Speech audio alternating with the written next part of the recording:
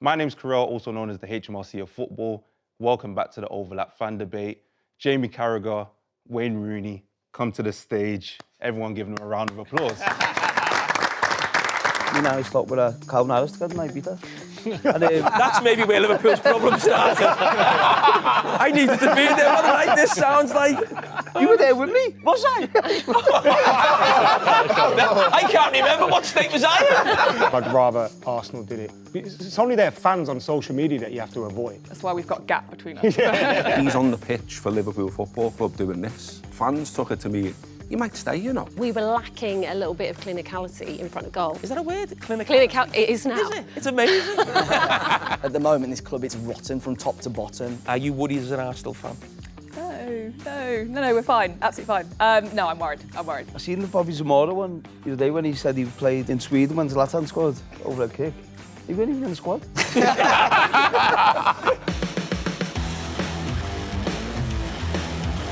Thanks, Karel. And hello and welcome back to the Fan Debate brought to you by Sky Bet. Wayne Rooney is back with me once again and with all the fans as well. And welcome back, Wayne. Thank you. OK.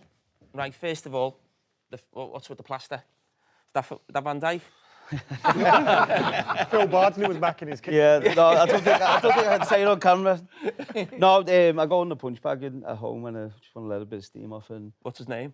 it's an old scar and it's just opened up a little bit. So, yeah. All right then, Waz, the weekend you've been up to a bit of a punditry, wasn't it? Match of the day? Yeah, I done match of the day last night. Some good games actually. I went to the Everton game on Saturday. Took my youngest boy to watch Everton play well. Good win. So nice. I saw that you were in the. Or was that the director's box or the 500 club? Yeah, I was in the posh seats. Yeah. Yeah, that's all. But no, I it was good. I got out by the Taipan. Okay. Got out there and walked down, and stadium's brilliant. Well, when I saw your picture, I was trying to work out where you were in the stadium, and there was a fella in front of you, a big trilby. Was that Reedy? Yeah. I knew it'd be Reedy. Right, we normally start with Gareth, don't we? And I was told we were starting with Gareth this morning. I said, no, we always start with Gareth. We have to give Lucas flowers. You're dodging the Liverpool questions again, Karel. No, I don't normally turn up on Liverpool. I was going to say, I'm surprised you're not I ranked know, sick I mean, today, mate. where this has come from, I don't turn up anywhere when Liverpool get beat. But Luke. Yeah, you've had to turn up today, mate. Yeah, I was turning up because I seen you put a post on last night. You couldn't wait for the overlap today. Yeah. Did Gareth bite back? He did. He had a little bite back. I seen Gareth have a little bite back. Yeah, I saw that. He did. Yeah, Luke, unbelievable. talk about yesterday. Go on. Yeah, Where do you want to start? I mean, Pep's 1,000th game? Yeah, Pep's 1,000th game. I think it's 716 wins, which is just ridiculous. And He's had some good teams, though, to get that. yeah, he has. But, I mean, he's the best manager, so you get the best car if you're the best driver, you know what I mean? And, yeah, I mean, it was an unbelievable game. I thought Jeremy Doku this season as well has really kicked on. Obviously, Haaland missed a pen, and I was thinking, is it going to be a classic case if we just don't take our chances? And then Haaland gets the header, 99 Premier League goals. I think it's like 108 games. We keep, obviously, putting the pressure on Liverpool, score a goal. It was ruled out for offside. And then Was on offside? we get the second goal and then the third goal in the second half. Doku, unbelievable. I think maybe second half we weren't quite as good, but I think we massively deserved to win. And, yeah, we're on the march now. Since the last international break, I think 6 wins and a loss. So Arsenal dropping You've points come out with your stats today, haven't you? I've got the stats all the time, but no one ever listens. I just get the same usual jokes, but it's nice to be able to speak for once. You've watched City for a good few years now under Pep. You've seen title-winning teams. I think that the majority of people in this country will have seen Manchester City so far this season and probably thought it's not the Man City of old, but there's a long way to go. Do you see a title-winning team in this Man City sort of squad and team right now? I always say it's too early after 10 games. And as much as that sounds a bit of a cop-out, I think with City it's always the same. If you can get to January, February time and you're sort of in touch, like I remember the treble season, we were in touch with Arsenal, even with Liverpool as well. If you're in touch, City are better in the second half of the season. So if you can just get in there, I mean, we're up there, 4 points off Arsenal. I think some of the looser screws are kind of coming a little bit tighter now. The likes of Nunes, O'Reilly at left-back's been really good. Nico in midfield looks good.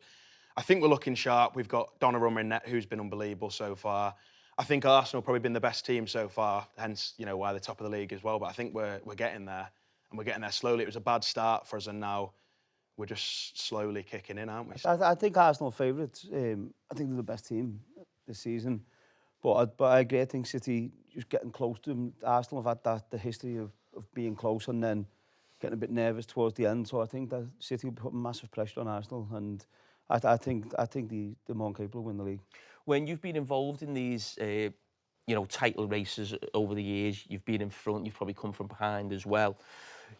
Do you think Arsenal would be extra nervous because it's City, and it's City who've actually come from behind twice and actually caught them, haven't they? Yeah, I do. I think Haaland, as I said, Haaland's on absolute fire, isn't he? And I think just with the experience of Pep and knowing how to win the league, I think if you're an Arsenal player, you're looking behind and you think, oh, Jesus, there they are again, coming again. So I think they'll be really nervous. I think, listen, how many players of Arsenal had who've won the Premier League? Have you got any? No? Have they? Jesus. Yeah, he's Oh, the not City even ones. alive. Jesus. So yeah, no, I think with City coming behind them, I think that's putting massive pressure on them.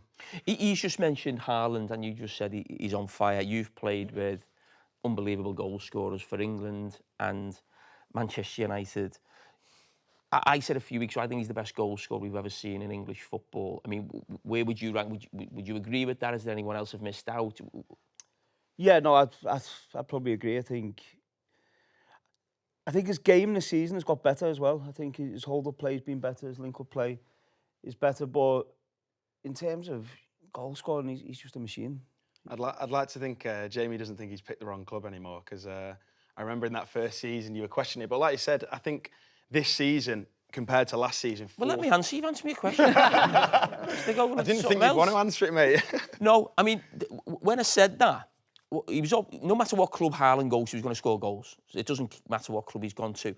But I still believe, probably not so much this season, but I think Haaland, Man City could probably, or another club could get more out of him in terms of, say, you know the run he did midweek? I was at Man City midweek. Yeah. Remember he got the ball on the half and he went on this run, he set Nick O'Reilly up for a chance.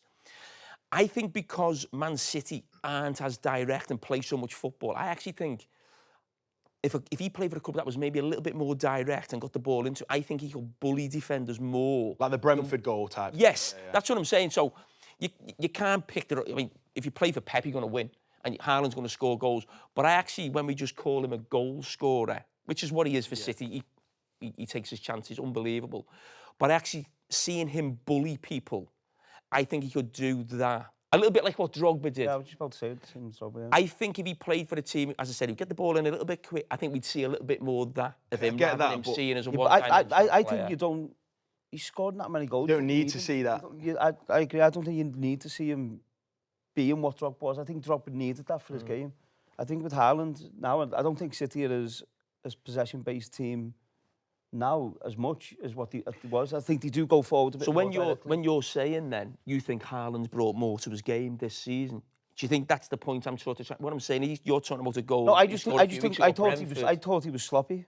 I think he's still a bit sloppy, and technically he's not as good as some of the players are getting the ball out his feet and turning and stuff. I think that's not being his strength. But I think this season he's got a bit better at that, and he looks a bit leaner, I think, as well. I know he loves them steaks, doesn't he? So he's in great shape. Raw milk, isn't it? Yeah. Raw milk. He loves it.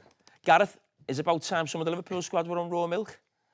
It's worth a try, isn't it? Try anything at this stage. I just think, right now, especially away from home, we look so fragile, both in terms of teams being able to score against us, but also mentally.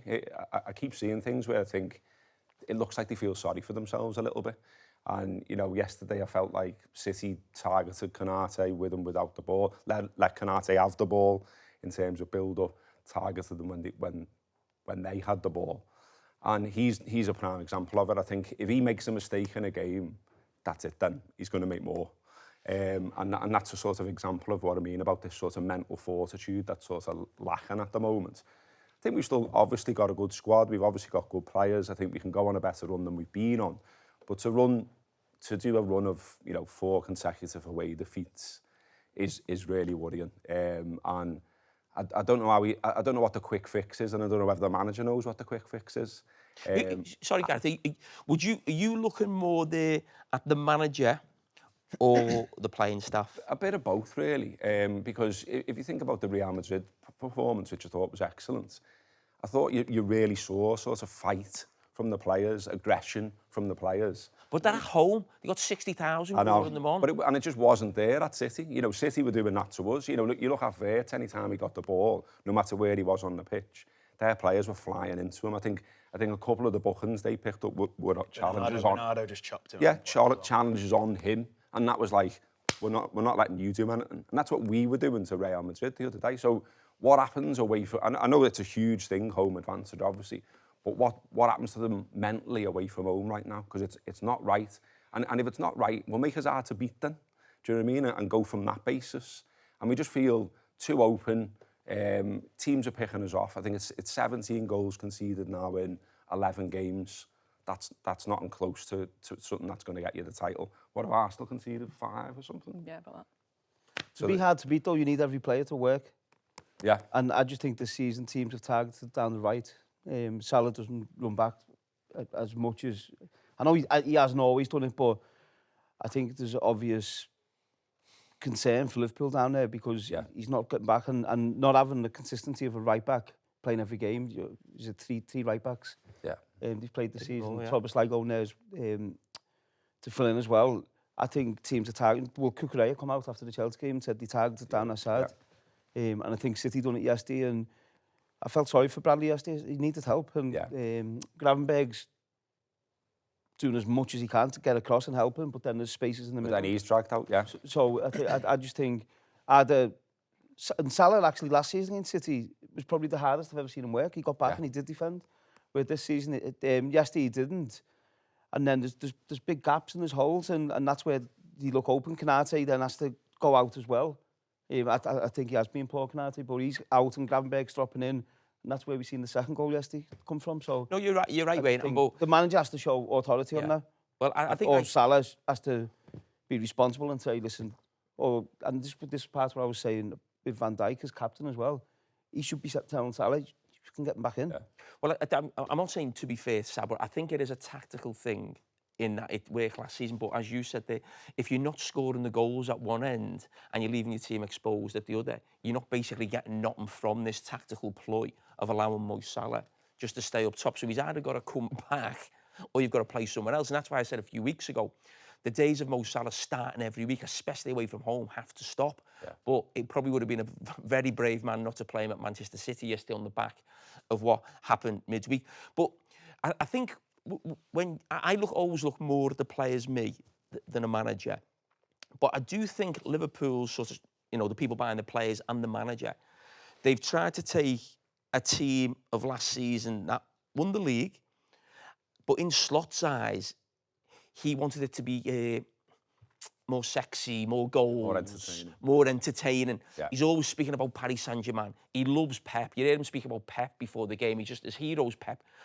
So he's trying to move that team here to more football and more goals, and the league's moved that way. Yeah.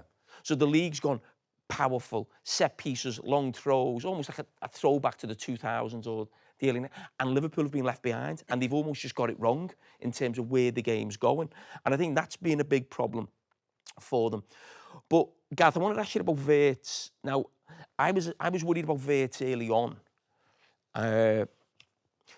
not because he wasn't amazing, but I also think when you pay that much money for someone, I just want to see a few glimpses of something that I think, oh, okay, I know he's not the Bayer Leverkusen version yet. That'll come in a few months when he gets with the speed, but I can see little things. That was early on. I've seen a few little things, the back heel at Chelsea. Yeah. He played well against Real Madrid. But my worry about Wirtz is that when people are saying, he's got to get used to his teammates and stuff like that, he's actually played well in Europe. But it's a different game to the Premier League. So he's played really well, I think away from home, was it Frankfurt? Played really well against Real Madrid at home. But he's found it really tough in the Premier League, and I worry about him sort of going forward. I get it's early days, but I need to see something to keep me going that this, it's a bit like Seba Varane for us. When we bought Sebastian Varane, who's I think twice the player Wirtz is really, he was great in Europe, but couldn't deal with the physicality. How was he twice the player Wirtz was? Seba Varane. He's a much better player than... Why? Is that not obvious? Why? Juan Sebastian Varane. He's not better than Didn't do Wirtz. nothing at Man United, didn't do nothing. No, but I mean, in terms of his talent and his ability, he's twice the player Florian Wirtz is. And he struggled in the Premier League because of the physicality and stuff. And I think that's what he's dealing with. That's why he's good in Europe, because there's a bit more space and everything. But I like Wirtz coming off the left, what he's done in the last couple of... I know he hasn't scored, but he's created a good number of chances, and which his teammates haven't taken, and good chances as well. So I think he'll be all right. I do. And players just take time to settle in. To go from Leverkusen to Liverpool, it's a big jump. Oh no, Liverpool's a massive club, and I just think it's not going well for the whole group at Liverpool at the minute. And when that happens, and you're a new player, and the money they've spent, Isak very similar as well, and there's going to be questions. But I think he'll be all right. I agree with the thing on the left, because I've been thinking about how he can get in the team. He has to try and make it work. It's not like he doesn't play. But when you think of the Premier League, there's always at least 6 players in the middle of the pitch, sometimes 8, with full-backs coming in, and it's fast, and it's quick, and it's powerful. And I actually think just being on the left, there's a little bit more space, a little pocket. I think of the Man City players of like David Silva, Bernardo Silva, those type of players, even though they're really creative, they didn't play in the number 10 position so much. It's more a little bit wide where the space is. But I just... Yeah, I agree with you on that. The thing about the chances, I keep seeing he's top of the chances. So I asked someone at Sky, because the stats, because I'm thinking when I'm watching the game, I'm not actually seeing those chances. A chance is when you pass the ball to someone and you have a shot. So that shot can be from outside the box. That shot can be from like... Do you know what I mean? What I'm saying, I get the Salah one at Chelsea. Galatasaray away, Paul, I think it was Ekitike clean through 1v1. Yeah. He gives Szoboszlai... It was another European game. He gives Szoboszlai a chance against Real Madrid. And I know you're saying it's European games, but still, he just needs a goal. He needs a goal and assist and to get confidence. And as a forward, when your confidence is low, it's not a good place to be. Yeah. What are your thoughts on sort of Liverpool going forward? You just got to dig in, haven't they? I mean, with Wirtz, I found it incredibly frustrating seeing him in that sort of like false 9 position later on in the game when we're trying to chase it. It just didn't work for me. We had no threat. And, there were a couple of balls flashed across the face and there's no one there. I mean, what I look at as a sort of little bit of a way back is 3 of the next 4 are at home. So that's good. Alisson's in goal or supposed to be for the next game at home against Nottingham Forest. I think that'll make a big difference. Mamardashvili's done all right, saves a pen yesterday, but you notice the difference. The distribution, just the presence of Alisson, I think that will help. And I think it'll help, hopefully, fingers crossed, that we start to eventually see the best of Isak as well. He was obviously on the bench yesterday, not deemed fit enough to come on. Hopefully by Forest and by that run of games I'm talking about, we start to get something out of him as well. So that's what I'm hopeful of. But you still got I think we still got to see something from them away from home. The next away, I think, is West Ham. You should be doing something there.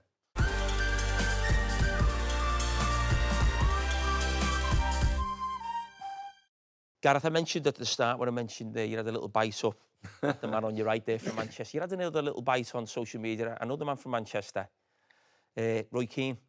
Oh, yeah? Yeah, about his comments around Liverpool supporters and the treatment of Trent. Yeah. You're a big Liverpool supporter.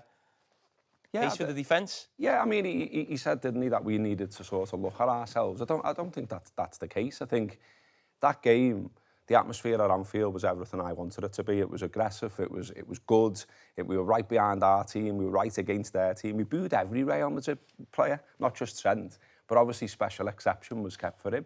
And I just think, what I said when it came back to that comment from Roy Keane was, from our point of view, Trent Alexander-Arnold led us up the garden path.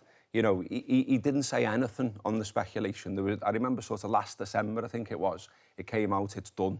He's definitely going. And then he's on the pitch for Liverpool Football Club doing this.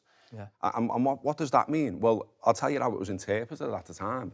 Fans took it to mean, he might stay, He's saying the press is talking bollocks and he might stay at Liverpool. So by doing that, he was leading us up the garden path, because we know that's for the case, because he turns up in Madrid speaking Spanish. And so it was obviously, a long-term thing that he was going there. Good though, So I think this idea that we have to sort of, treat him with reverence and roll out the red carpet, absolutely, you know what I mean? One of my worst ever times as a Liverpool fan was under Brendan Rodgers. We played Real Madrid at home, and we did roll out the red carpet, and I remember like seeing people taking pictures of Ronaldo and stuff, and I was like, what are you doing? Like, if you're at Anfield, you're meant to be supporting Liverpool. You're meant to be getting behind our boys and getting stuck into them, not taking pictures of them. Well, even I was getting asked for pictures at Anfield, didn't I? Was you, yeah? Liverpool fans.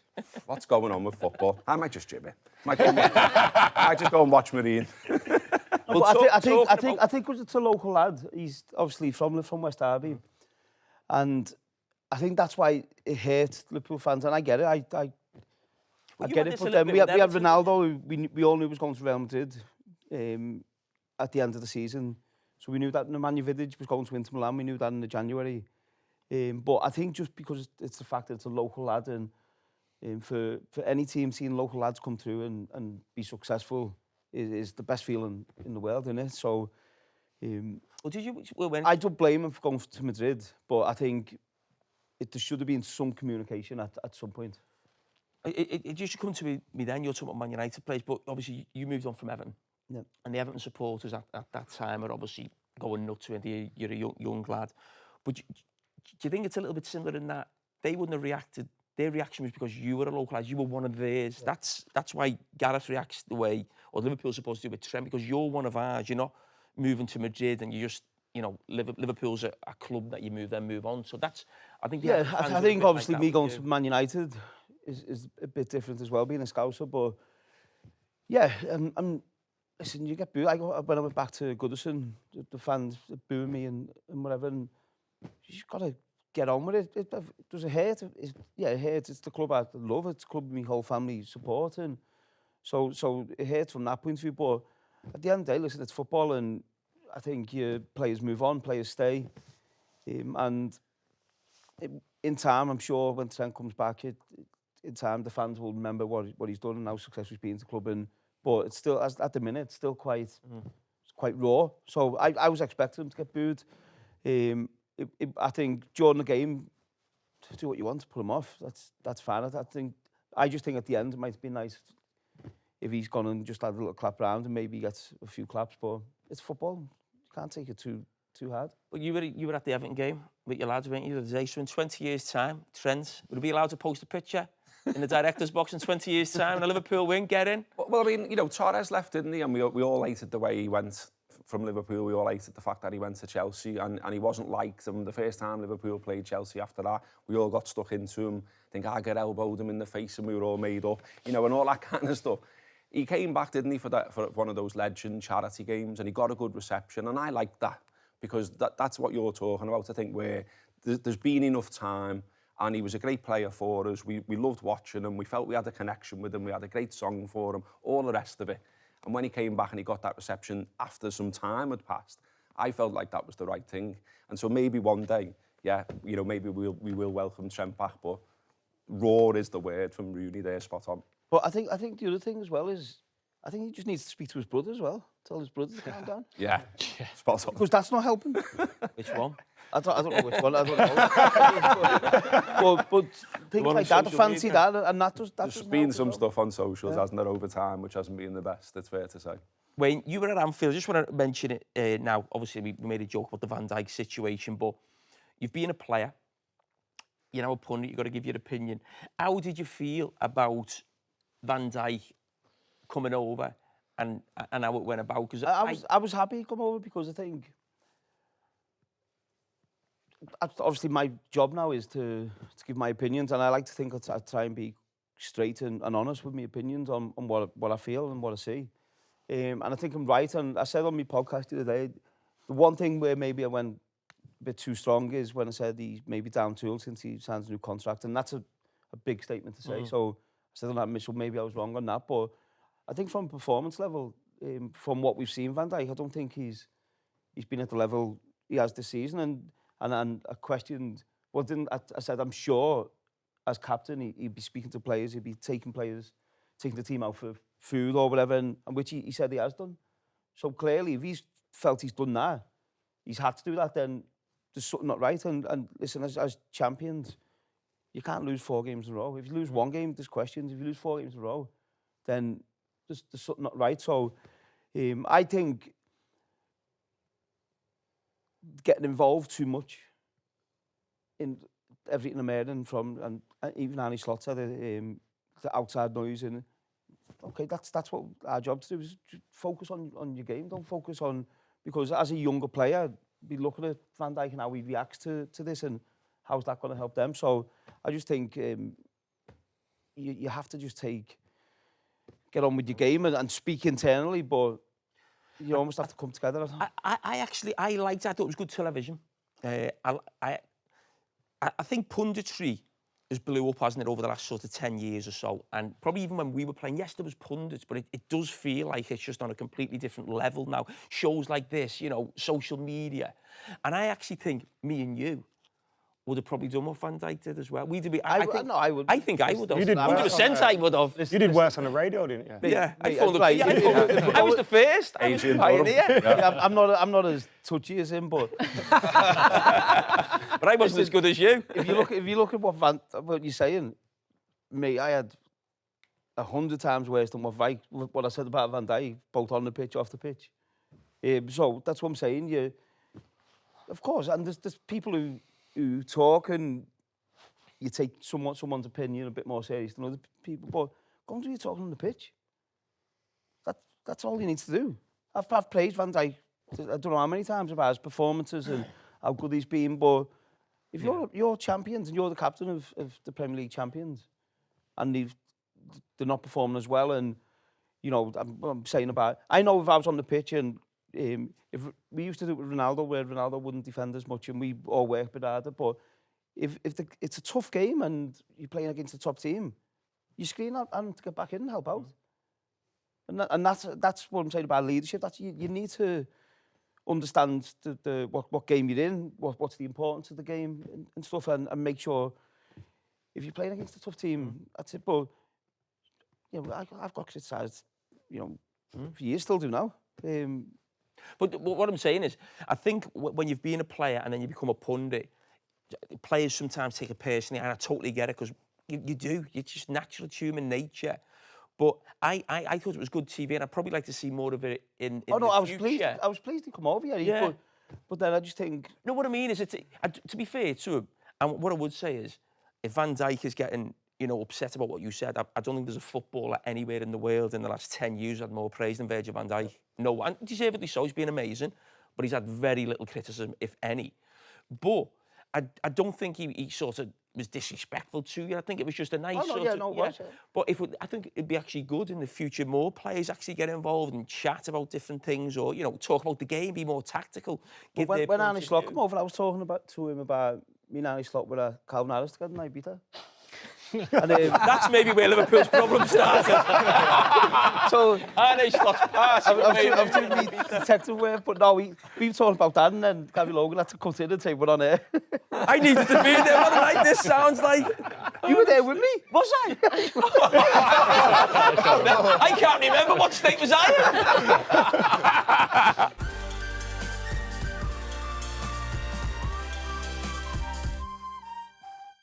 Right, Laura joins us as an Arsenal fan, and it's your first time on the show, so delighted to have you with us. I believe you're a big fan of the show. Yeah, I'm usually obviously on that side of things, but it's nice to see what it feels like being this side of the camera. Yeah, it was lovely. So, Laura, if you haven't seen it, put a nice post on social media about the show and how it works behind the scenes. So glad to give you the real rundown. But we've had a few Arsenal fans on, so I just wanted to ask you one question, not too difficult. If you're an Arsenal fan and you want to come on this show and you want to stay, okay. God. Can you remember the Tony Adams goal against Everton? I mean, when I spoke to the producer about this, I said, I'm not coming on if you give me a quiz, because people take no prisoners. But yes, I do remember it, even though I wasn't born. That'll do. That'll do, Laura. You're in. Right.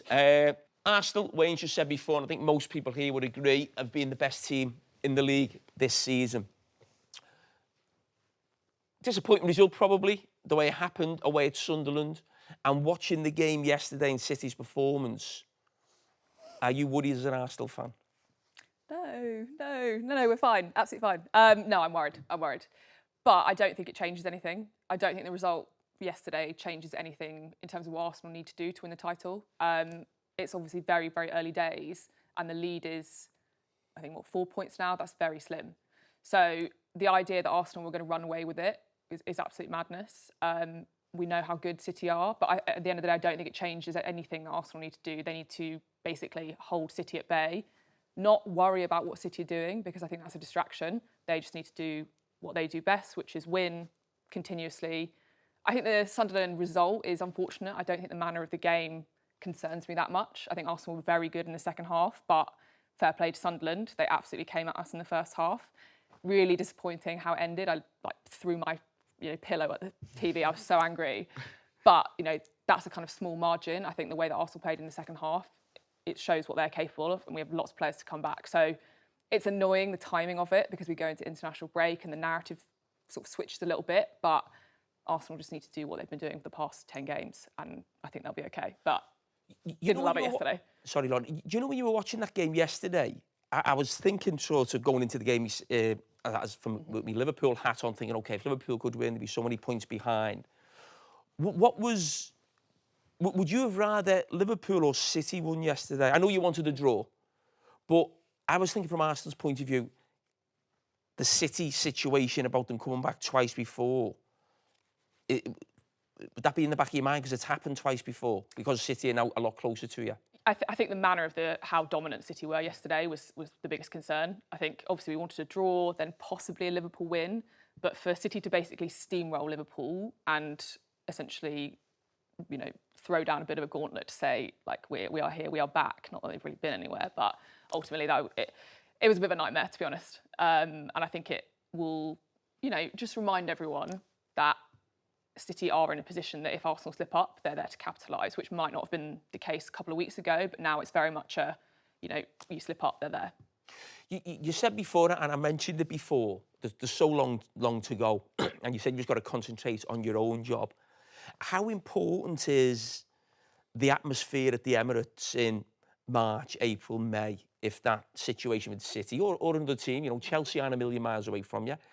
I don't think Liverpool have got the chance of winning the league. United as well. Oh, United, there we go. We'll get to Adam in a bit. But how important is sort of Arsenal and the stadium? There's been talk about, the atmosphere getting better and, trying to improve things at the stadium. How important is that stadium going to be in the second half of the season? It's a tricky one, because I think as we get closer to the end of the season, the nerves come in, and the Emirates can turn very quickly. Often, 20 minutes in, you often feel like Arsenal are on top. This has been the case for a couple of seasons, where there'll be a pass that goes astray, and you just feel it turn from, happiness. We're definitely going to win, to expectation. I think a lot has been made about the Emirates atmosphere over the past couple of years. Personally, I don't really buy it. I think it's just confirmation bias that everyone goes, it's quiet here, and everyone then goes, OK, it is quiet. I sit next to the press box, so I have the exact same view as some of the journalists. Some of it, I'm just like, that's not correct. Yes, I think it is a little bit more nervy this year, but that's just because we are expecting to win. And also a lot of atmosphere comes from the presence of jeopardy. I think a lot of teams come to the Emirates now and they don't get a sniff. And that's not, that's not because they're bad. It's just because Arsenal are so good, so in control. Does that make for a ferocious atmosphere? Maybe not.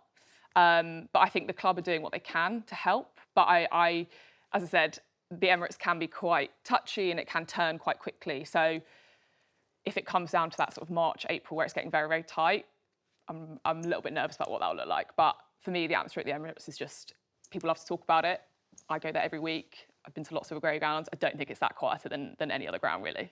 It depends how you play as well. And I think I used to find that at City as well, where if you're having, if you're passing and it's going from side to side a lot, and naturally, if you have a team who get the ball out wide and put cross in the box and there's sustained attacks and it's aggressive, then that brings the fans up. That creates an atmosphere where if it's a bit slower, which Arsenal, I think, are at times where they're keeping possession, that's because teams are sat back, then that can bring a bit out of the atmosphere as well. Luke, we always talk about Manchester City around atmosphere. Wayne's just mentioned it, but is the game's in April? The game's late, isn't it? I think it's late, something like 20th of April, something like that. You've been there before, haven't you, when Arsenal have come late in Yeah. the season? Well, they didn't turn up last time. I think it was 3-0 after about half time or something. But I thought the atmosphere at City yesterday was class, to be fair. I know you were trying to go in the away end as well midweek. I don't know if that one. Oh, yeah. worked out. Yeah. See my tweet? Yeah. We stopped them going in. Yeah, I'm not sure. Should have been made up they could have had a full house for once.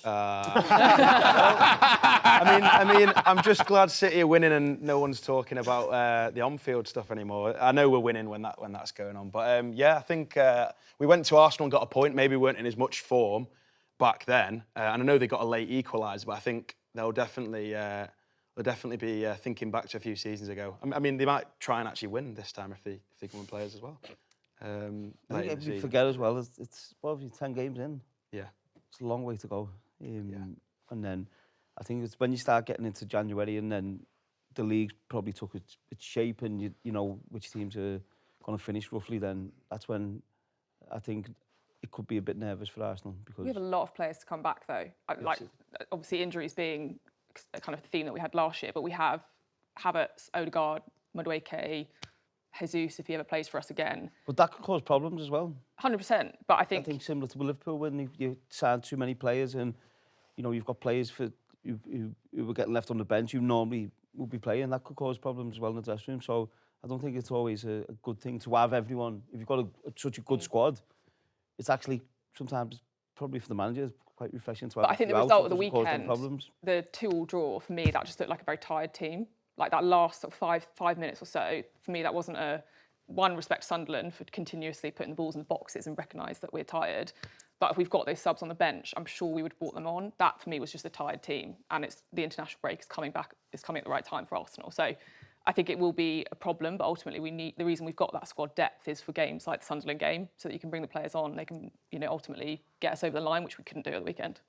Laura, I couldn't help but notice yesterday, even though it was City one, there's like, and you'll know this, there's this sort of feeling online that I think even like a few Liverpool fans and United fans wouldn't probably mind if it was City to win the league and maybe not Arsenal. Do you feel that yourself, or do Arsenal feel this, or is that like, is it us against the world where people are sort of like... I want Arsenal to win it this year. You want Arsenal to win? Obviously, if United or Everton can.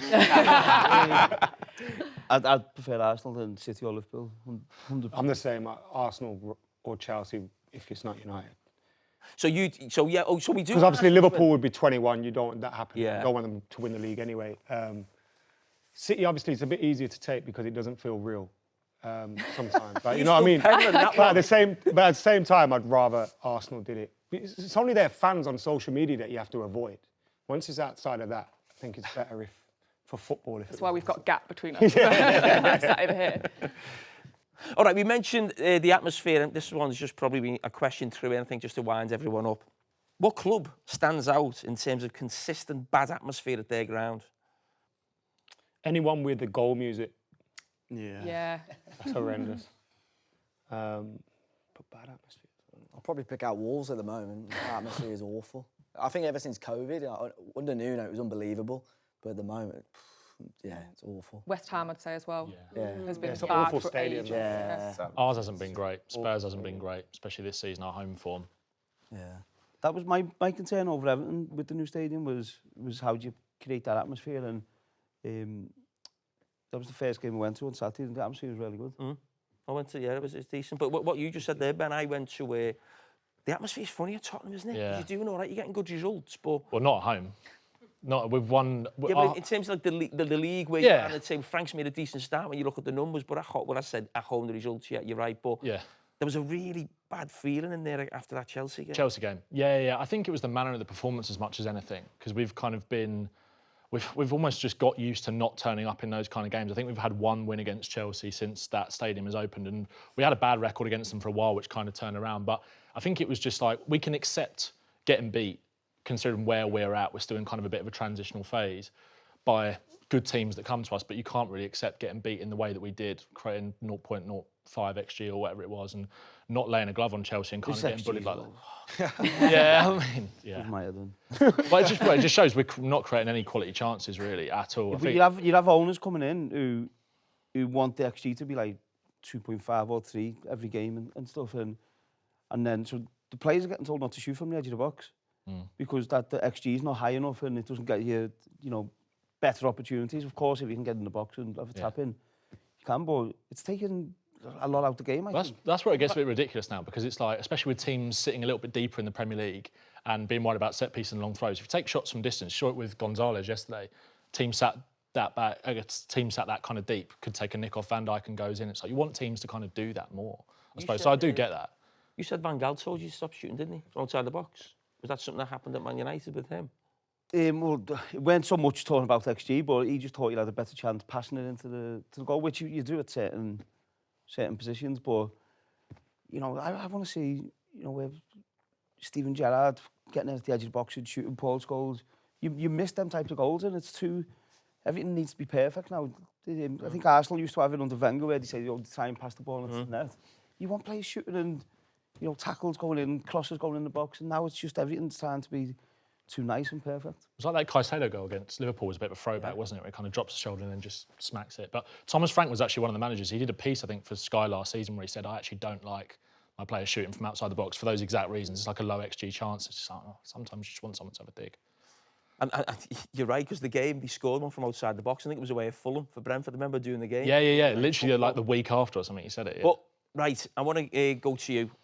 North London derby, I think, after the international break. Yeah. How are you feeling about that? Have Sunderland give you a little bit of hope? Well, I mean, our away form, we're top of the league away from home. We're relegation form at home, actually. So I'm glad it's kind of this way round, actually. And there's maybe not as much pressure or expectation on us to go there and get a result. Like Arsenal, we're in a much better place than we are right now. But with the way that we set up away from home, had a really good performance in the Super Cup where we were under a lot of pressure against PSG. Man City away, we kind of come and did a number on you as well earlier in the season. So you have a little bit more faith in the way that we set up away from home, but still missing kind of big characters, big sort of personalities from that team kind of going into that game as well. So you just get so used to you losing there as well. We've only won once there in the Premier League era, won once there in the Cup as well, and Arsenal were as good as they've ever been in my lifetime, really. So it's going to be really difficult, obviously, but I'm glad the fixture's away, given the way that we've played away from home. How are you feeling about Arsenal? Because I know for Tottenham supporters, there's a feeling with everybody that Arsenal are probably going to win the league this season. So that must be a real killer, because that's the one thing you've been able to hang on to, hasn't it, for the last 20 years since they won the league? Yeah.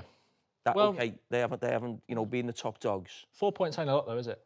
Doesn't sound like a lot to me. That's what I'm saying. So does it give you a little bit of? Yeah, a little bit. Yeah, yesterday was good. It's kind of Pep's reeled me back in a little bit. But yeah, of course you're worried about Arsenal. It's like you've kind of brought up as a Spurs fan to hate Arsenal as much as you love Tottenham, and that will never change. It's like you sometimes say things about Arsenal and the fact that you want City to win the league. Like we got a lot of stick for that game a few years ago where we lost at home to Man City that handed them the title and Arsenal lost it. It's like, I don't think you were a proper Spurs fan if you actually wanted us to win that 100%. Day. Like it's like you have to. I think that's when Ange first started losing the fans. Yeah, a little bit. And it's like I get comments sometimes from Arsenal fans saying, "Oh, are you so obsessed with us losing? Like, why do you want Man City to win the league?" It's like, if the shoe was on the other foot, you'd be in exactly the same position. Well, I remember going into the Champions League final when we were in it. It was the same. You were wearing a United shirt in like 2019, I remember. When James Redknapp scored. What's going on? When Liverpool beat Blackburn. Yeah.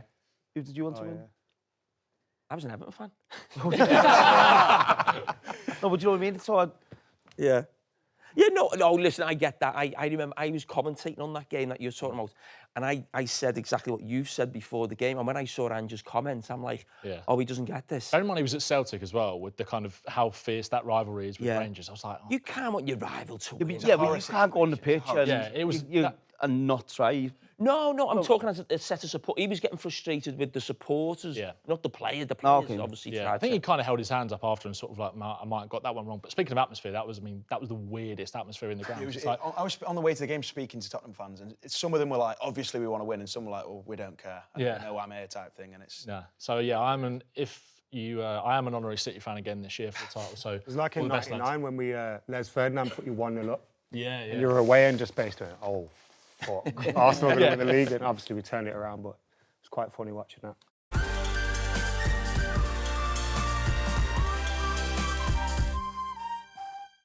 Hello and welcome back to our new game show called Shot on Target, brought to you by Sky Bet. Wayne Rooney joins me today alongside our fans. Hello. And here's how the game is going to work. It's Wazza and me versus the fans.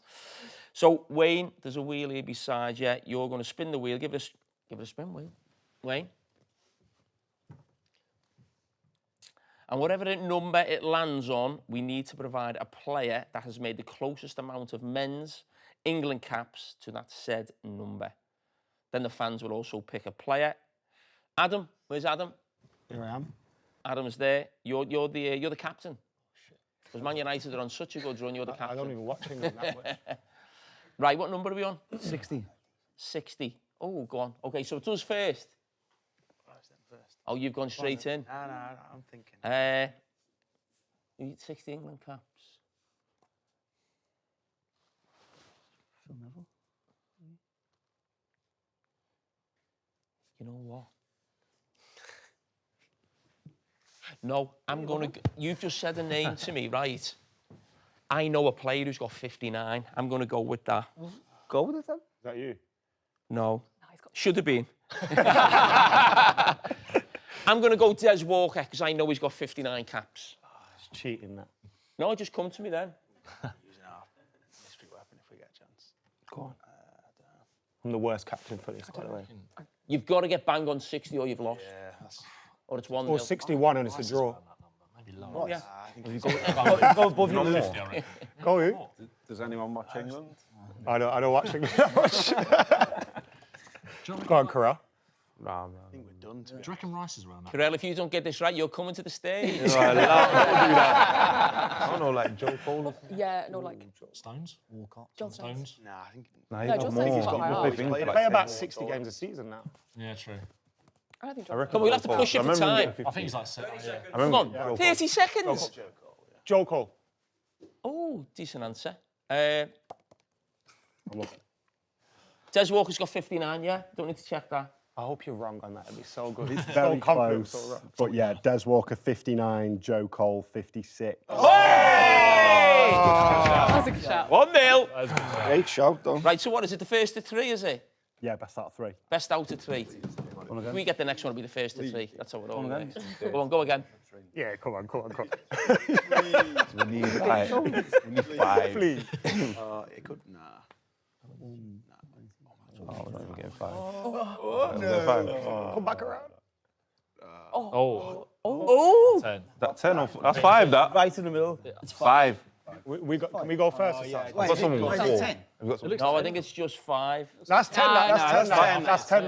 That's 10, that. That's 10. I think that's 5. the lines. The arrows in Wait, we've got someone. I can absolutely guarantee you it's 5. That's Well, does it Come and matter? sit here. it does matter because we've got someone who's got 10. You've got somebody who's got 10. Yeah, we've got 30 as well, too. It is definitely The middle 5. bit of the arrows on red. Well, the point's on the blue.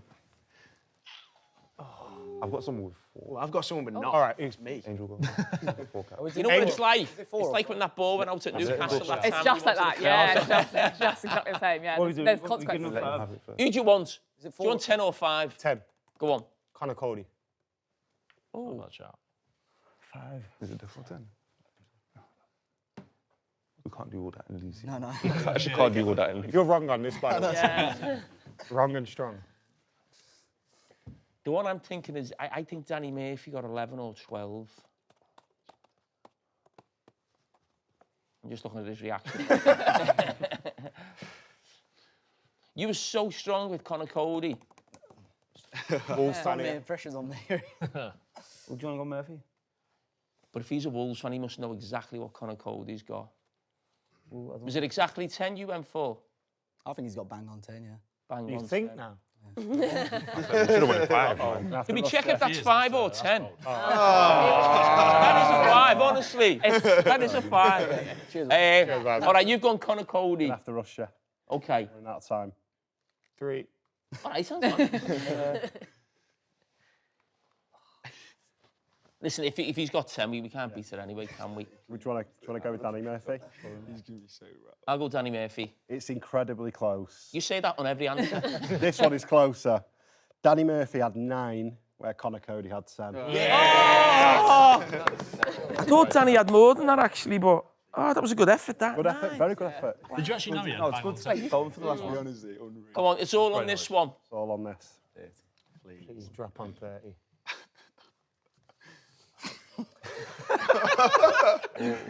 Yes. Oh, God, he couldn't. Oh, 100. Oh! I think that's 10. 110. 120. It was 110. 110.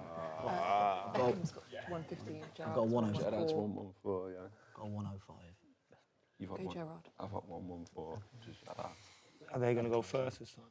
Yeah, it'll be them first. Because he'll probably go Gerrard, won't he? Would Ashley Cole be close? Ashley Cole? Would he be closer to 110? Has he got? Yeah, maybe one. Is that one? I feel like Gerrard played for a bit longer. Gerrard's 104. But that's what I was thinking. Yeah. But if Ashley Cole's Let's see there, what they That's say. not he a might bad be shout. closer to 110. He definitely, surely. Definitely's got 100. Or like Kyle Walker. Kane will have over 100. Oh, Kane. I think Yeah. 105? Kane will definitely have over time. Yeah. How many right. goals is your time, Kane? Yeah, it's got it's like 60 goals, isn't it? 70 goals. Yeah, have about 1 or 2. Yeah, I think it's good. it's not a bad shout. Right. I mean, he might be After too Rush, high yeah. though. Them first. I think he's too high. I reckon it'll be like. Are you, You guys go It could be like, first. I reckon it's in Better you between. go first. no, because you got the you got the. No, you go first. We're taking it in turns. Don't let him bully Okay. you. He's time wasting. Interesting. I feel like Ashley Cole or Kyle Walker would be the one. I reckon Cole's It's safe. Steven Gerrard, I think he's got 108. Steven Gerrard. Yeah, okay. I'll lock that in. Okay, Harry Kane. I had a 105, but theirs is closer. Saying Cole. What was Beckham? I think Ashley Cole. 115. What was the 105? Harry Kane. Ashley Cole. All right, I'm going to have to Serious? rush your fans, sorry. Captain. Kane? Adam. Make the decision. The only one I knew was Gerrard. Definitely on that amount. Yeah, 114. He's gone. Harry Kane. Yeah. Oh, Yeah. Kane's about. Do you want to lock that in? Is he over London now, yeah? Right, we're locked in. It's close again. Those were incredibly close. Steven Gerrard, 114. Harry Kane, 110. Get it on. That's epic. It made sense. Know though. your It's good England luck. appearance. What was Ashley Cole? What a shout. 107. 107. I didn't know that's just coming. Bobby Moore did 108 as well. Would have won So regardless. the other one We that wanted 30. We wanted 30, didn't we? Yeah, we want Who was 30? Alfred Strange. Exactly. Now, That was it, yeah. The fans win. so the fans win. done. The Wheel of Fortune, or 100% shot on record. target, we should say. Well done.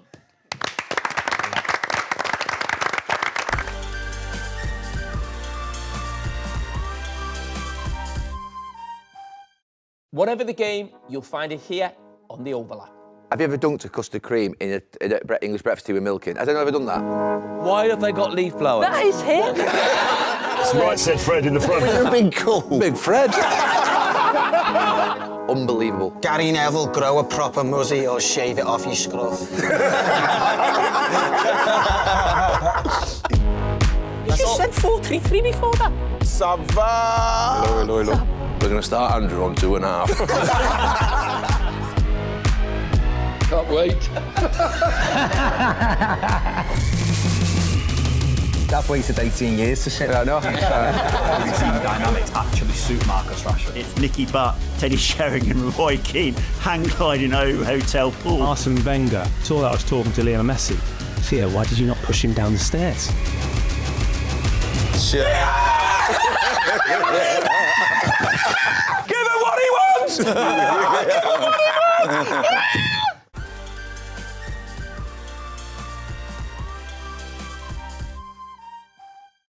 Another debut for Karel. Welcome to the stage. You've absolutely taken over social media in these last few months. Brilliant what you've done. And talk to me about your beloved Chelsea. Can Chelsea win the league this season? I mean, a few more wins and we'll be put in another phantom title race like we were last season. But no, I don't think we'll win it. I'd like us to, but I don't think we have the squad to do it just yet, which is obviously sounds insane to say with the amount of money that we spent. But the teams, I think it's a bit too young.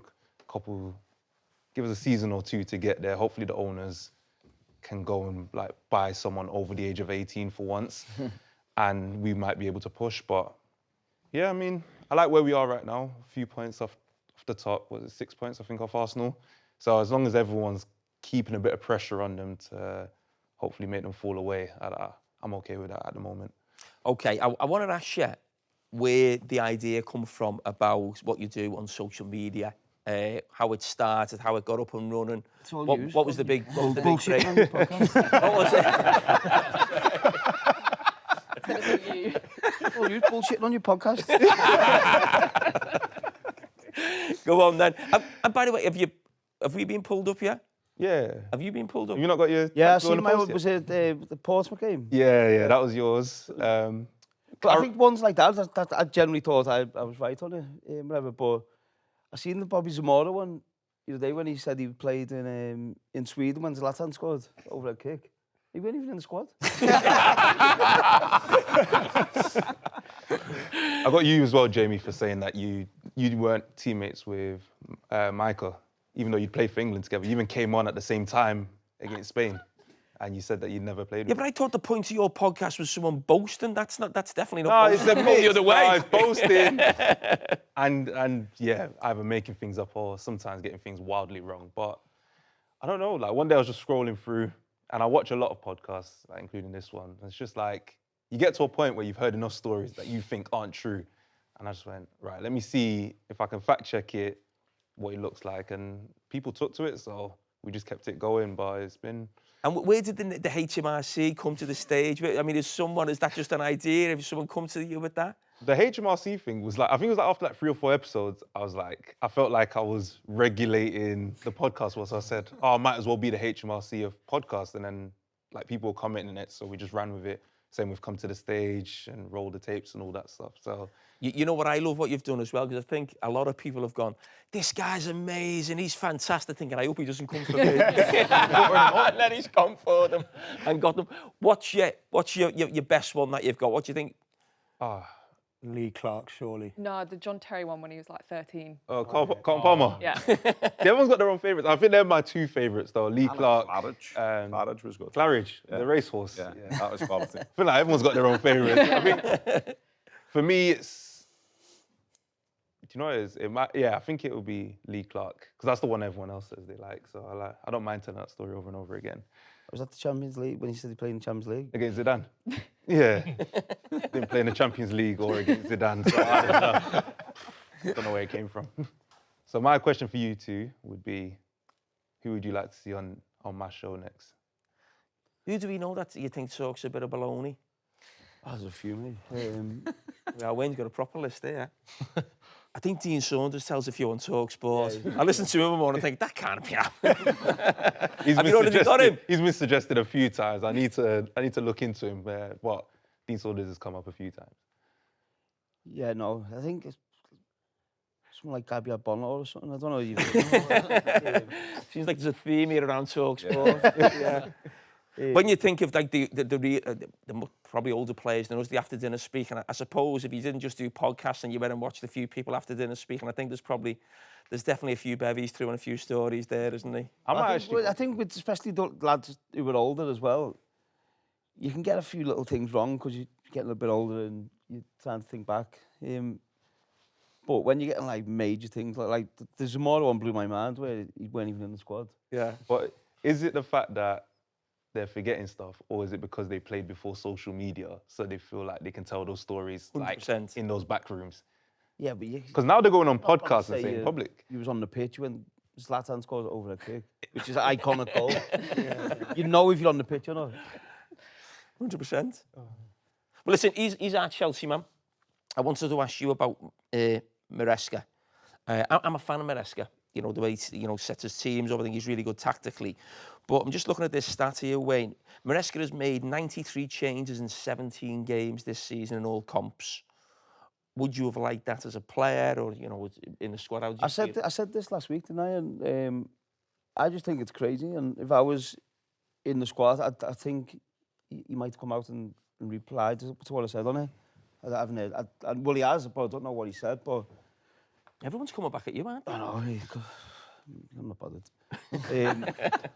No, but I think if the best teams historically don't make that many changes, and you have your back four in place, your midfield players, normally the players who change is the wide players. So to make that many changes, if I was in that dressing room, and I said this is what I said, which he replied to, is I'd be sitting down with some of the senior players and I'm saying this can't keep happening. You need a steady squad. You need the span of your team in there if they're fit. So I think making that amount of changes is confusing for the players. I think they don't know who the best team is, and you're not getting a run of games to consistently. If you're playing with the centre back, you want to play with them all the time. You don't want it to keep changing and then having to form different relationships and chemistry on the pitch. So I just think if you want to be, I know they won the 2 trophies last season, but if you want to win and consistently win top trophies, then you need to be consistent with your team. You know what I think the problem with Chelsea is? I think they buy a lot of players. They've got a big squad, but a lot of the players are the same. I don't think there's sort of like, do you understand what I mean? It feels like every wing is the same when they swap them. So I think when you're a manager, you've got the options, and it's not like one's like a superstar and the other one's just okay. So you're always going to pick the main one. I feel like a lot of the players, there's not that much difference. If you the front three, you could have a different front three and it wouldn't completely change the sort of level of the team. Yeah, no, I think, and some managers say it, don't they prefer less players to choose from. And normally, you're looking at 15 players, really, who if fit, that's going to be your starting 11, that's going to be your subs who come on. Normally, you know what changes are going to happen. So I think when you've got such a big squad and players wanting to play, players, playing well and coming out the team, and I just don't think it's healthy for the players, and I don't think it's sustainable to be able to win trophies. But I think with that though is, if you look at it, some of those changes are from our unfortunately bad disciplinary records. So we had quite a few red cards this season. You look at players like Reece James, Lavia, who can't play week in, week out with their fitness issues at the moment. So they're always getting rotated. And like I agree with Jamie in terms of the front three for the most part.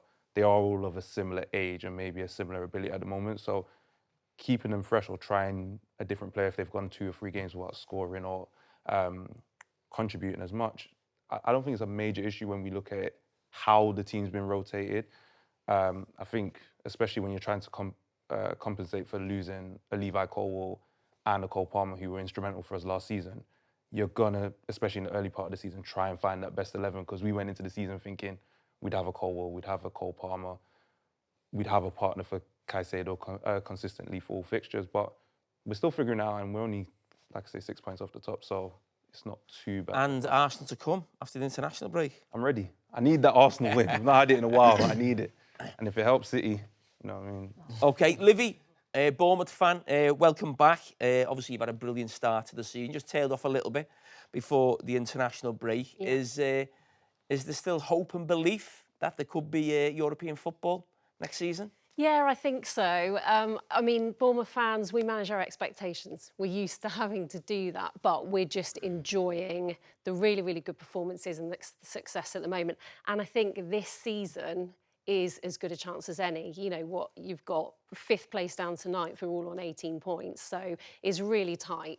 I think the hope is there. The only doubt is, last season we started singing "We're on our way to Barcelona" and then we went on a really bad run. So, there's a little bit of caution there, I guess. Well, Livy, who this season have you been impressed with in the team? Because obviously your squad was raided, the team was raided in the summer, I should say, and they've obviously brought new players in. It doesn't look like anything's changed. Who's been the real standout for you? So I think it's a mixture actually of existing and new. So Krupi has come in, 19-year-old, and we were lacking a little bit of clinicality in front of goal, and he's come and he scored, 4 goals in 2 starts? That's an amazing word. I've never heard that word before. Is that a word? Clinicality? It is now. Is it? It's amazing. Coming to Monday Night Football. Clinicality, brilliant. And so he's really impressed. I want him to start a bit more. I was a little bit surprised he didn't start yesterday. We brought Eva back in. To be fair, Eva was probably one of our best players yesterday. But so I've been really impressed with Krupi. You've got the stalwarts like Marcus Senesi, who's been in and out. He's been injured, and he lost out to Houston last season, but he's really adaptable. He's come back in seamlessly, and he's partnered with lots of different centre-backs, and he seems to just be a real steady sort of at the back there for us. And people like Tyler Adams, again, really, really tough in midfield. He works really, really hard, causes the opposition problems, and so I think it's that mix. I also really love Adrian Truffert. I think nobody had the best game against Villa yesterday. Nobody covered themselves in glory yesterday. But up until that point, he's still young. He's only, 22, 23. And he just looks really composed and mature over at left back. Slightly different to Carragher. He's playing a bit deeper. He's releasing the ball a bit quicker. But he's allowing the likes of Semenyo, who obviously has played amazingly so far this season, just to do his thing. So I think, it's that really nice mix of old and new. And speaking about Semenyo, I mean, what is he, 9 goal involvements so far this season? Shame he missed the pen yesterday, but I mean, Emi Martinez is an amazing goalkeeper, isn't he? But Semenyo is unpredictable, and I think that is what is so great about him and what oppositions struggle to deal with. He says himself, I like to freestyle. I want to do the unexpected. I want to do what they don't think I'm going to do. Two-footed, scores goals, runs at opposition. So I think, we've got a real nice alchemy there this season. Final question, just want to ask you about Alex Scott getting in the England squad. What should the Thomas Tuchel and the England players expect this week in training? Yeah, so I think he's tenacious, Alex, in midfield. He spots opportunities, he spots the passes, he works really, really hard. I get the sense, listening to Tuchel and other people talk about it, that is great character to have around the squad. So I think, he's just a real positive, adaptable, versatile player. I'm looking forward to seeing him take his opportunity, hopefully.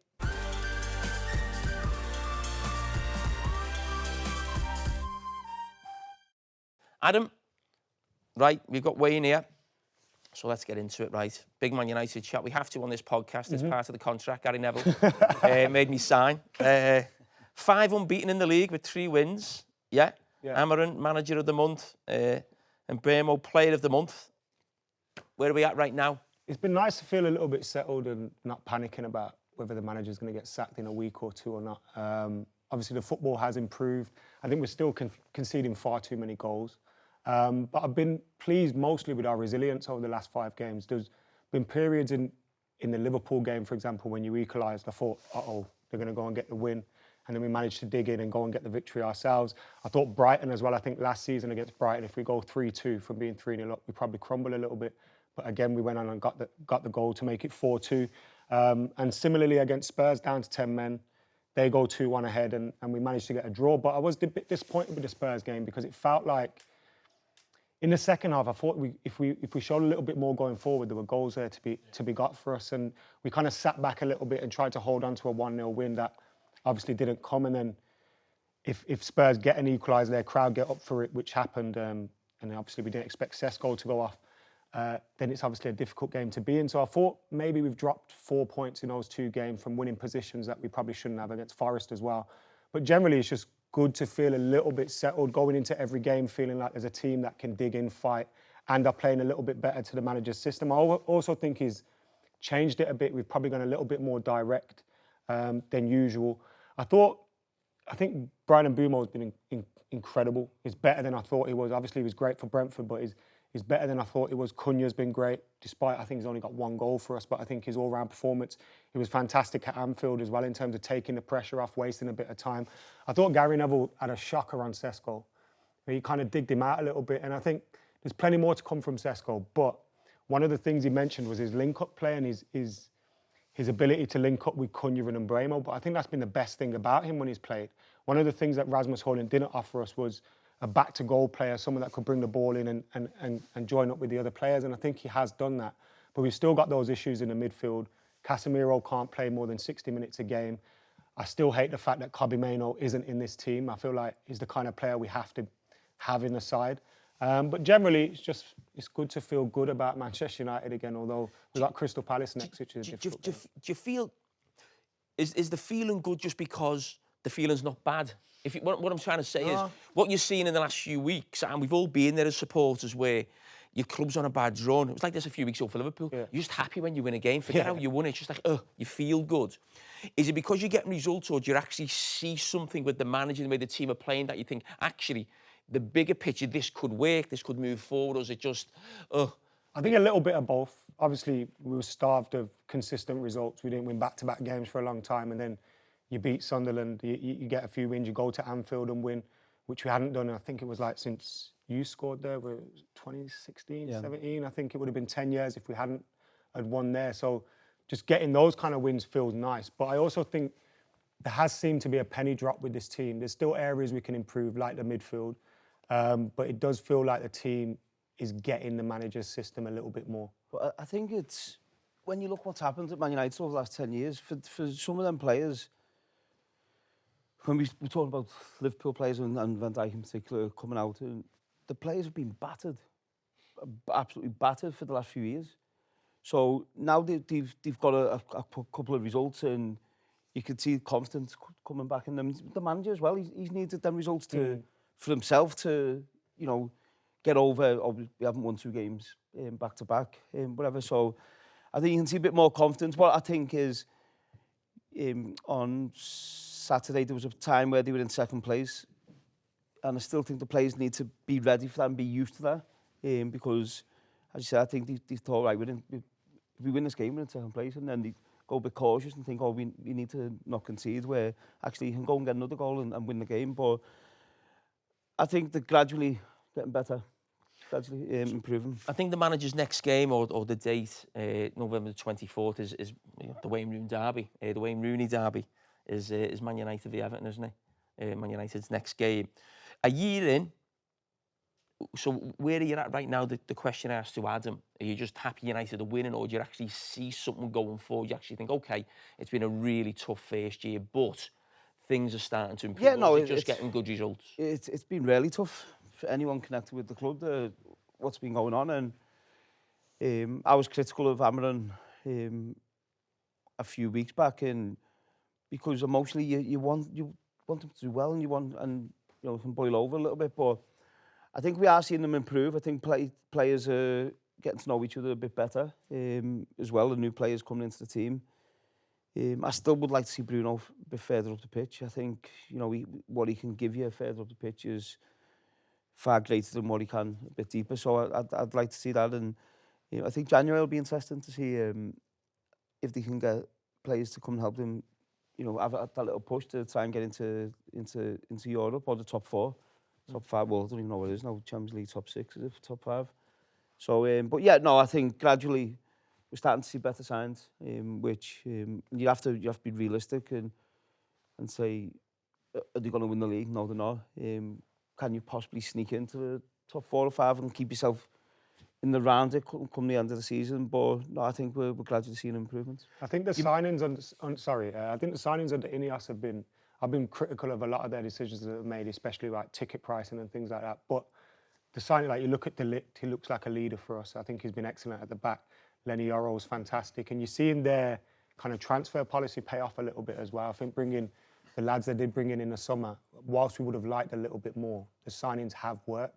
And we're not wasting as much money in terms of transfer fees anymore. Well, the recruitment before that was horrendous, wasn't it? Yeah, it was shambolic. Like the players, they were just bringing names in, and when you look at Lukaku, Zlatan, good players, but they were just bringing Pogba, coming back, whatever. They're just bringing names in and spending enormous amounts of money, which, you know, it's going to take a bit of time to actually get over their mistakes.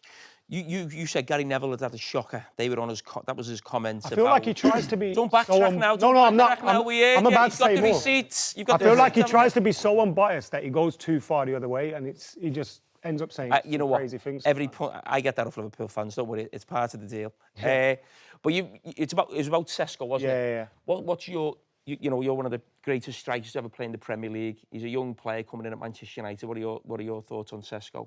I think he's going through a bit of a tough time in terms of goal score, but I think what he brings, and I agree with what Adam said in terms of, I think the keeper's come in and done well, and he's been more direct into Sesko. But what we're seeing now is he can compete. He does hold the ball up better than Haaland does, and we're seeing as the ball's going up to him, and Mbeumo making runs in behind, Cunha making runs in behind, Mason Mount at times when he's playing making runs in behind, and so because they know he'll compete and he'll win flick-ons and he'll do that. So I think he's been better than what people maybe suggesting, but I still think he needs to just get the ball, lay it off, get in the box, and hope there's a chance to create for him. But I think he's been okay. I think he'll come good. Okay, so I just mentioned, obviously your history as a striker in the Premier League. There's been a lot of strikers bought this season for lots of different clubs. Just a little quick answer on each of them. We've just mentioned Sesko. So Walter Marder, what's your feeling on him? I'm not too sure, to be honest. Okay, that was quick. Gyökeres? I like Gyökeres. I think work rate is what Arsenal's needed for the last few years. I think he's been a really good time.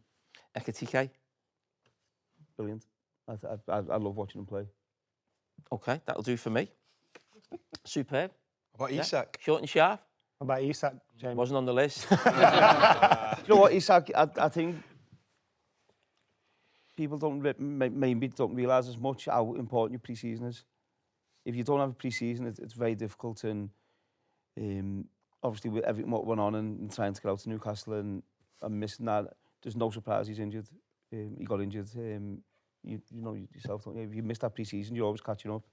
It's very difficult. Yeah. Okay. A team who do need to catch up. See what I did there? Yeah. Dave, right, talk to me about Wolves. I mean, I thought when Pereira came in last season and saved you. Yeah. He looked a really good coach, great experience. He was, points in the pints with the fans. You all loved him. What went wrong? Yeah, well, probably 6-7 months ago when I came on and we were talking about that, and the feeling around the club was good. We won 6 on the bounce. Had a slow end to the season. I think we went winless in our last 4. And we've seen it with so many Wolves managers, Bruno Lage, Nuno to a degree, Gary O'Neill, where they almost hit a peak and then it just goes downhill, and for whatever reason, they just can't get the momentum back. So we went winless in those last 4. We had a disastrous pre-season. We didn't win a single game in pre-season.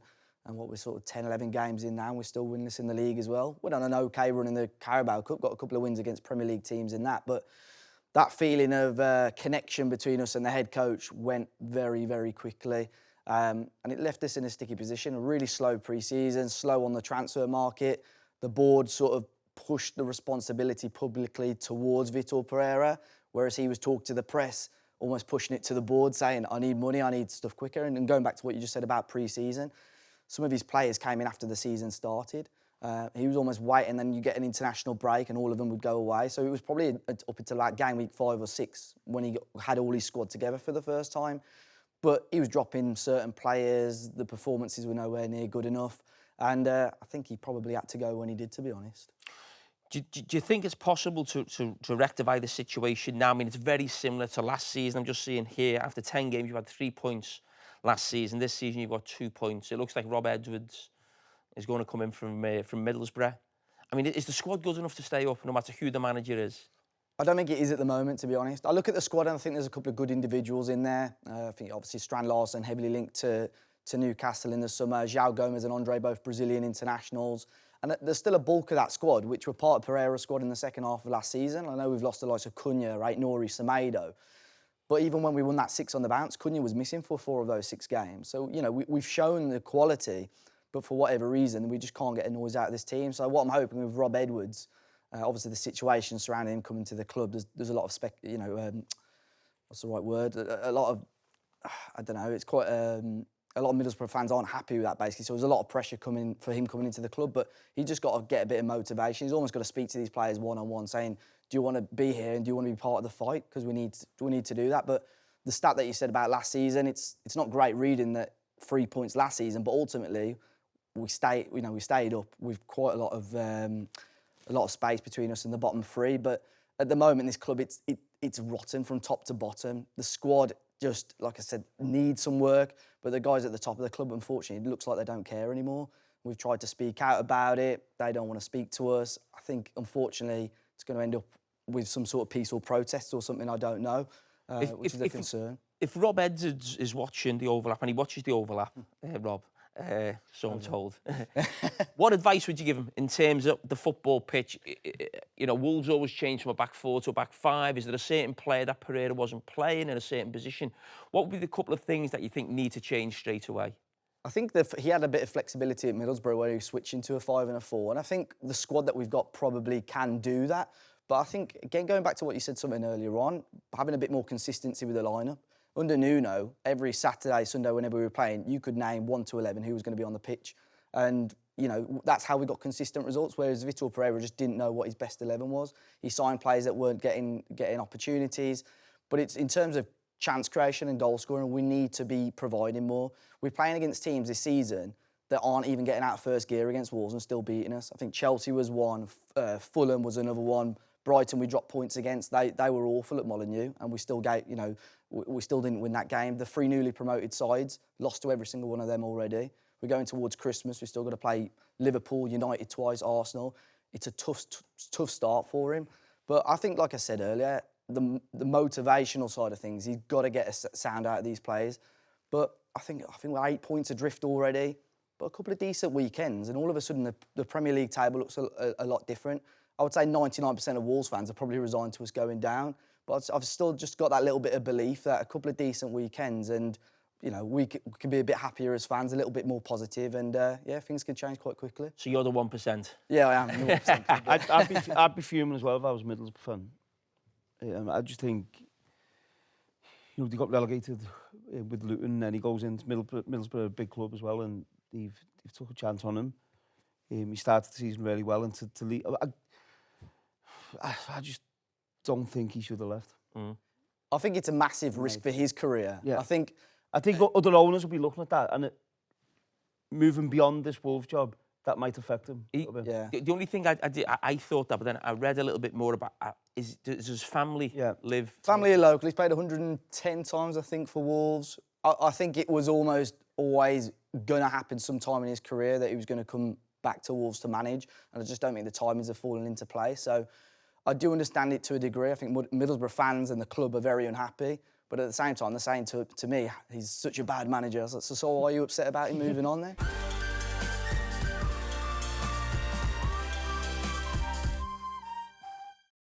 International break, or the England game's coming up. World Cup is fast approaching. If you were picking England's best team, what would that be? And sort of, do you think that would have a chance of winning the World Cup? They've got a chance, of course. I think it's going to be very difficult, just where it is. I think the heat there, obviously, I've played out there in the MLS, and you know, trying to recover from games is different to what it is over here. Just the heat, the humidity over there. So I think it will be tough, but England have got a chance just because they've got good players and they've got a good manager. I think Tuchel started off a bit slow, didn't it, with Tuchel? And them games are horrible, you know, playing, you know, Andorra and these teams who sit in, they're not enjoyable games. They're the only ones I got picked for. No, them games are horrible, but I think we're gradually seeing better performances, and I think he's been decisive in his decisions. I think leaving Jude out. Jude will be in the squad, like, for the World Cup. He has to be. But I think, have to be in the team? No, I don't think he has to be in the team. I'd have him in the team, but I think what he's done, he's set a mark down with the players, and Foden's been out the last couple of squads, and then he's come back into it. These players have to be in the squad. I'm not saying they need to be playing in the team, and the team needs to be set and settled in terms of what suits the team. So in World Cups, you need these games he's played. You can afford to have 2 midfielders in there, or when you're coming up against the best teams, you need 3 midfielders in there who are going to work. And then we never really done that to be in our time. Whatever, but you need. So could that work right now with Elliot Anderson, Declan Rice, and Jude Bellingham? Yeah, I think Jude works. Get Phil in there. He's been good this season. I think he is going under the radar as well. I love Phil Foden. Phil Foden's my favourite England player. I love him. I think he's brilliant, and he struggled a little bit last season, but if Phil's playing fit, in my opinion, he needs to play as well. So that's the problem. Where would you, okay. That's the problem Thomas Tuchel has. That's why he's England manager. Where would you play Phil Foden? Tuchel said he's not seen him as a winger. He's a central player. He said. Okay. So who doesn't play then? Well, I think it's a difficult situation because it was the whole debate last time. Foden on the left didn't really work. You've got Saka on the right. You've got Bellingham obviously put in some good performances in the last tournament. So I want to see him in that number 10. I know. So what is it then? I think maybe Bellingham drops back. No, I think no. Okay, so Bellingham drops back to centre midfield. So who's on the bench? So and I actually don't think Foden plays. I don't. I don't think he plays as much. He's talking. He's my favourite player. He's your favourite player. Yeah, Where he's would my you play him? favourite player. But I think in the big games against the better teams, I think Jude can play in the 3 in the field because he's more of a he will work. He will be more box to box than what Foden. And I think Saka and Anthony Gordon have to play if fit. Or Rashford on the left. No, for me, I just think Saka and Anthony Gordon. Saka's been brilliant for England. Around Harry Kane. And then Gordon, again, he works back, but also he's pace running behind. Rashford's more takes the ball. I know he can run behind, but more taking the ball to feet. And I'd have Marcus as a coming off the bench and maybe for Harry Kane later on in games, especially when England are in a good position. So Foden doesn't play. Do you think, though, with the way that Foden's been playing for City, where he has been playing quite a bit deeper, like, I thought he was quite crucial in the way that City built out yesterday against those teams that do press high. Do you not think against certain opposition it could work for England where you have the midfield three that we've probably always wanted to see in an ideal world of Rice, Bellingham and Foden? Like, you could have Bellingham kind of dropping deeper to help out at times and Foden pushing on. Like, against the bigger teams, when you come to like quarter-final, semi-final, you're probably going to want an Anderson in there or maybe a Wharton alongside Rice to kind of help break play up. But I think it could work. Like you always, I don't think kind of in big games, and you always see there's players in teams who you think, how are they playing? How are they playing in that team?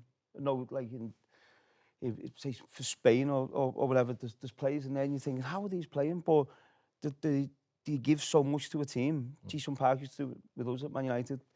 These players give so much to the team, who give you Bellinghams and your Rashfords or Gordon or whoever it is, gives them a little bit of freedom because you know they're going to work. Where I think with them team in the field, you're bringing Declan Rice back where he's been playing so well in a more advanced position. So someone like Anderson in there who you might think, oh, how's he going to get in the team? Phil Foden's a better player than him. But I just think he might be better suited to England team for us to be successful.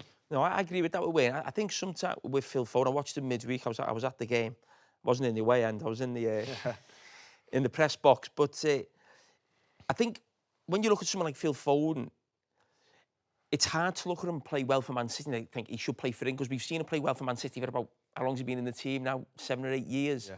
He hasn't quite played well for England. So I think Phil probably would, and it's right, should be getting judged on his England performance. We know how good he is for Man City. You don't want a situation where people are getting picked for, just because they're a name. Do you know what I mean? We've had that in the past. And also, I've seen Tuchel talk, and I think he is prepared to drop. Well, we've seen Bellingham. I know we've seen him get taken out of the squad and stuff like that. I think Tuchel's going to build a team rather than just putting all the big names in. I mean, not to just bring it back to club football straight away, but you look at Liverpool, how good of a team they were last season. You throw in a load of big names, and it's not panned out. So the same applies to international football. And if I think you want to build a team, don't you? Good manager. He's in what he's done, how successful he's been. In his eyes, I'd imagine he's thinking, I'm here for the World Cup, and that's it. Yeah. So he doesn't have to think beyond that. So I think it's telling when he's picking some players, because he's thinking, I've got this one shot at winning the World Cup. So he's not thinking about relationships with Bellingham or Foden or whoever, moving beyond this. He's thinking, I'm picking the squad which I feel is best to win the league, and I think we have to trust him with that because... Do you think he's going to rock the boat a bit then with some of the moves he does make? Like, do you think he's going to leave out some of these big names in the summer, or...? Why not? He could do, yeah. I think he's obviously looking. He's brought the young lad Scott in from Bournemouth as well. He wants to have a look at him before the World Cup. So I still think there's room for players to come in and players to lose the place in the squad, definitely. Yeah. I feel like that squad's quite close to what it's probably going to be, though, right? I feel like it's the closest we've been. The only thing I would say is that there's no other striker in there other than Kane. I know he's not picked. That is a worry, definitely. Based on, I think he said it was fitness. Do you worry about? I think Kane's got the World Cup. I think the Euros, he probably still will be around as well. Do you worry about England's kind of lack of success? Danny Welbeck's got to go. Yeah, but I'm thinking like for tournaments past. Yeah, but no, but I think for me, just the game in general, there's not that many number 9s out there anymore. Yeah. Where if you think back from Euro '96, you think of the forwards England had to pick from then. Yeah. You've Ian Wright, Fowler, Shearer, Fowler, Sheringham, Chris Sutton. Yeah. The amount of strikers England had to pick from then. And now, I think the goal scorers really, Barron, Haaland, Kane, Mbappe, come from wide areas. Yeah. That's where a lot of teams are scoring the goals from. So kids are going up. My lad, striker, then he moved out to right hand. I'm like, get back up front. When you're up there, but I think young kids now are seeing these flair players playing out wide, and like the wide strikers. Yeah, and that's what they want to do. And so the number 9 is going out the game a little bit, but when you've got a number 9 like Kane, that's the concern for me. Is he has to play. But I think for 20 minutes of games towards the end, as he's getting a little bit older, you want someone fresh legs up there, and I just can't tell you who is. Is there anyone that's like Delap or anyone like that sort of stands out? I know he's not been fit for a while at Chelsea. He's just come back and obviously was suspended as well. But is there? I'm trying to think who else. He did mention in the press conference. He mentioned about Foden saying he was going to play him in one of the games as like a false. I'm sure I read that somewhere. Did you see that? Yeah, and he's been there before. Like we won the league without a striker. And I know we had Jesus, but he was injured quite a lot. And Aguero was coming right to the end of his career. 2020-21, we didn't have a striker. Like we won the league. So Foden's got experience playing in that kind of false 9. I'm not sure how that'd work. Still got Bellingham's like crash the box, haven't you, as well? That's kind of what he does best. So could work, I suppose. Right. That's another episode of The Fan Debate brought to you by Sky Bet.